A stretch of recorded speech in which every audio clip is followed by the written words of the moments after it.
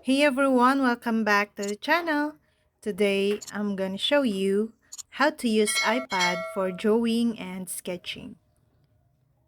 Since you don't need anything special, you can grab your iPad and start making art at any time. Open your drawing app, then draw basic shapes. It's easy to make basic shapes with your iPad shape recognition feature. When you finish drawing a shape, leave your finger or stylus on the screen.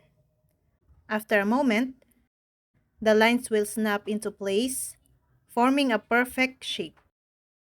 Vary your lines, then tap Tool to choose different line thicknesses and opacity.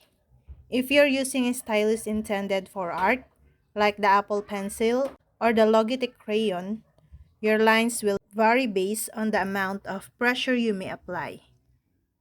You can even tilt the Apple Pencil to create wide, soft line. Add the shadows. Even basic drawings will look better once you add some dimension. Use more pressure or opacity to create shadows on your drawings. Use a reference.